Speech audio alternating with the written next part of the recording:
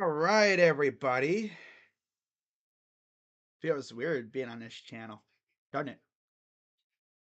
But yeah, Buckeye Nation, what's poppin'? Crazy Dog coming at you on the Buckin' Crazy YouTube channel with a very special live stream for you guys. And as you can see by the title, we're doing a little recruiting vibe check for the Buckeyes heading into this weekend's game against Michigan State. What is that? I call them Sparty, right? And this is our second to last home game of the year. So really, we only have maybe what?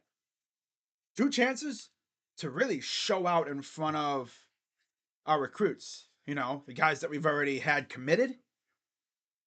You know, trying to keep them locked in, as well as any possible kids that want to try to come to Ohio State. Got to impress them. You know, look good. And then hopefully, you know, in the days following this game, we get some Buckeye booms, right? You know, make me busy. I want to be posting more recruiting commitment videos. And heck, you know, I might be doing some commitment reactions, you know?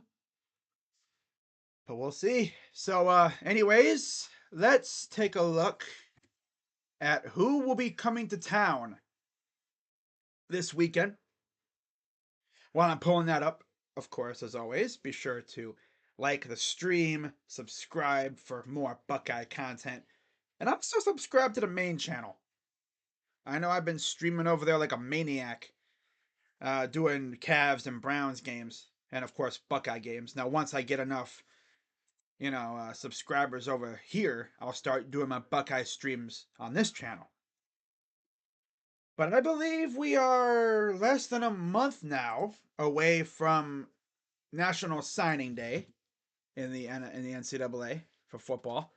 I think basketball just had theirs. Let me see here. NCAA football National Signing Day, the early one. Early National Signing Day. These are for kids that would be attending spring practices. Kids that enroll early. Early. December 20th. So actually, we're about a month away. Yeah. Division 1 football early period signing date. December 20th. And of course, I believe the transfer portal opens up too, coming up soon. And as far as the Buckeyes go, I could see them being somewhat active. It seems like they finally figured out how to utilize the portal. In fact, let's have a little bit of fun and let's see who we brought in this past year and see how they've done. Right? And anyways, while that's loading up, looking at Ohio State's recruiting class right now, according to 247 and On3, obviously it's a top 3 recruiting class. But let's take a look at 247 because I know they have our class looking a little different than On3. Overall, let's go to the team ranking section. But yeah, the vibe is looking really good. We're second in the nation in the 2024 recruiting class. Just a mere 10 points behind Georgia. And we're way ahead of Florida. We're way ahead of them. We're miles ahead of them. We're 13 or so points ahead of them. It's insane. We have one more commit than they do, right? Yeah, we have one more commit than they do. We have 5 5-stars, 14 fours, and 3 threes. They have only 2 5s, 15 fours, and 5 threes. But like I said, we got some kids coming in that could definitely change things around.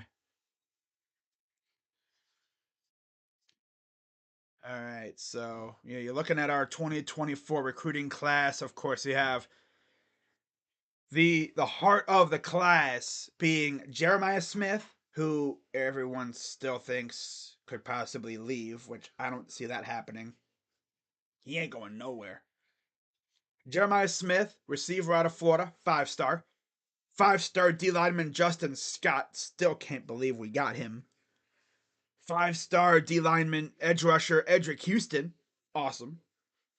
5-star wide receiver Mylan Graham. And then you get to the 4 stars Aaron Scott, Aaron Nolan, Jeremiah McClellan, who I know Mizzou fans are still hoping that he might leave, but never know. I could see him leaving if, and I mean if, we are able to flip a guy like Chance Robinson from the U. It seems as though the Buckeyes are going after him, from what I've heard. And there's a couple others too. But looking at who will be in town this weekend, first we're going to look at the class of 2024. And as you can tell by the thumbnail, I have 2 featured players on the thumbnail. That being 5-star tackle Jordan Seaton. He's coming in for his official visit, as is Chance Robinson, wide receiver from St. Thomas Aquinas, committed to the U, 4-star, really good player. 4-star edge rusher Deshaun Warner, currently committed to Kansas out of Desert Edge in Arizona. And then Gabe Van Sickle, interior offensive lineman from Coopersville, up north. He's a 3-star. He's on this official. In fact, of the 5 confirmed visits, 4 of which are official visits. Seaton, Robinson, Warner, and Van Sickle. Amaris Williams will be in town too. And as you can tell, he's in the thumbnail.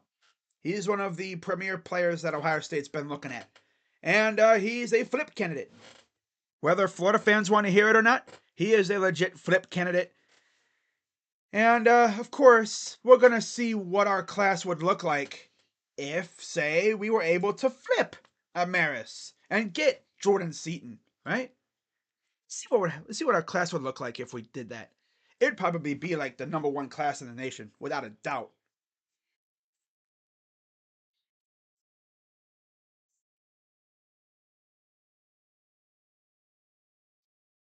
Just reading through Twitter. Okay. All right. So let's recruits Amaris. Is he even in here? I mean, he should be. He hasn't. He's on a transfer. There. Oh, and then the freaking page jumps. Love when it does that. Amaris Williams, Jordan Seaton, and let's add Chance Robinson just for lols here. Let's do Chance Robinson, St. Thomas Aquinas. All right. And then let's say we get Chance, and let's say Jeremiah leaves. So let's get rid of Jeremiah and replace him with Chance, because that's what probably could happen. Calculate, we're at 298.8 or 311. Yeah, I think that could happen. If we get Chance, I could see like Jeremiah leaving, because Mizzou's been knocking on his door for the past couple of months, saying, "Hey, yo, Jeremiah, would you want to come play here?" Now, I think it would have been more appealing if they were able to get Ryan Wingo, which they weren't able to. So if I'm Jeremiah, I'm sticking at Ohio State. I am not going to Mizzou. Oh, but Mizzou has Luther Burden. We have Brian Hartline. That should be enough, right? And look at all the Buckeye receivers currently in the league, right? Especially recently. Garrett Wilson, right? Yeah. Chris Olave, of course. Marv is going to be in the league next year. Emeka Egbuka. You have JSN. All of a sudden, we're getting like a train of Buckeye receivers getting to the league. You absolutely love to see it. But yeah, I'm not going to be on here too long, guys. That's nothing like a nice little vibe check for the Buckeyes. And also, we have one confirmed visit for November 18th. Carlin Jones. Okay. He must have moved his official visit to the week after for the Minnesota game. That's why he didn't pop up on Saturday, November 11th. Okay. He moved his back a week. And I also heard it might not Seton might not actually be there this weekend cuz I guess his team practices cuz they play still, cuz they're really good. So, yeah, I don't think he'll be there. But we're trying like crazy to get him on campus cuz we really need to get him. Our offensive line recruiting has been kind of subpar. Now, we look at the class of 2025 and yeah, we have 4-star safety featured on the thumbnail, Fahim Delane from Good Counsel, Maryland. You have Mission Viejo 4-star receiver Philip Bell. He's looking at USC and Cal. Fahim looks like it's Ohio State and Penn State, the top two for him right now. Tarvis Alford, 4-star out of Vero Beach, Florida. Point St. Lucie 4-star linebacker. Looks like his top two right now are Florida and the U. So if he has a good visit, I could see Ohio State jumping in there. Amari Winston, Ohio State and Texas are fighting for him. In fact, I just saw on 247 more crystal balls for him going to Texas. I would not be shocked if Texas took him away from us. Maybe we're just not as committed to him as we were originally, but yeah. Dante McClellan from Kenton McKinley, linebacker, 4-star. He'll be in town with Grant Bierman and Michael Taylor, two 0-star recruits. I guess that mainly means that they haven't really been looked at. They haven't really been evaluated. And then, if you really want to get crazy, we can look at 2026. Because believe it or not, that class is going to start getting worked on here soon. They already have, I think, one commit for 2026? That's Henry, the receiver, related to the late NFL receiver who passed away a couple years ago. I believe he is essentially been taken under Pac-Man Jones's wing. He's been taking care of him, which is awesome to hear from Cincinnati. But yeah, this Saturday we'll have, as of right now, 4 kids from the 2026 class in town. That, of course, will change. Jared Curtis, 4-star quarterback from Nashville, Tennessee. Zealous Hicks, 4-star safety from Parkview, Georgia. Cam Thomas out of Lakota West. And Miami Trace's Adam Guthrie, also from Ohio. All right. But yeah, Ohio State recruiting is not going anywhere, you know. Obviously, people are like hoping and praying that freaking Brian Hartline leaves. They want him to leave because they want Jeremiah to leave and go to their school, which no. What else am I gonna look at here? I think that's really all I wanted to look at. Let's do a nice little quick little vibe check. All right. And then of course you look at 2023. It's actually crazy to see how that 2023 class finished out, right? But yeah, I think that's pretty much gonna do it. So, oh yeah, that's what I was gonna look at. That's right. See how our transfers and stuff did because, like I said, the transfer portal will be opening up here really soon. And if I know Ohio State, they might be working on the transfer portal pretty hard this year. Especially if they can't fill spots, via recruiting. They're going to go out there and fill the spots needed via transfer portal. Because I know they already have their eyes on some guys. Not sure who, but I'm sure names will start popping up. You're going to start seeing like a billion names going into the portal.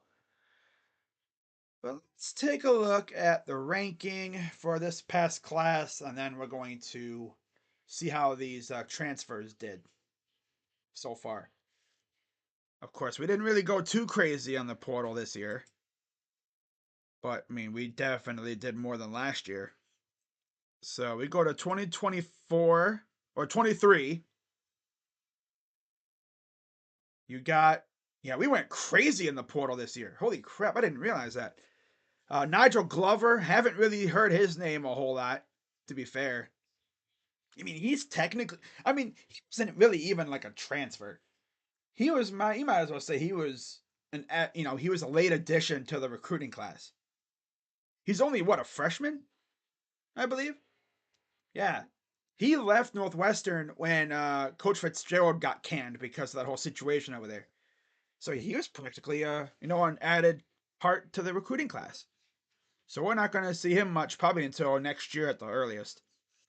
Tywone Malone, he's had limited reps out there. He's looked all right from what I have seen, which isn't much. Lorenzo Styles looks like I think he's mainly been getting special teams reps, but it's not bad. His brother, of course, has been getting a lot of reps.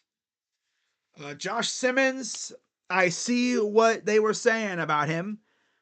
He is so penalty prone, it's crazy. He ain't ass. He's just penalty prone. He can't stop committing penalties. My God. Call him Flagman.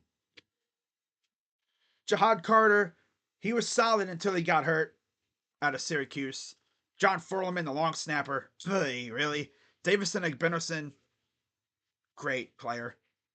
He is like our number 2 corner next to Denzel.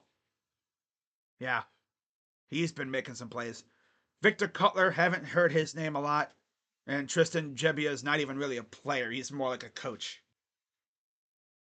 Because if he was a player, you think they would have him out there over freaking Honda McCord, right? Now, what about 2022 class?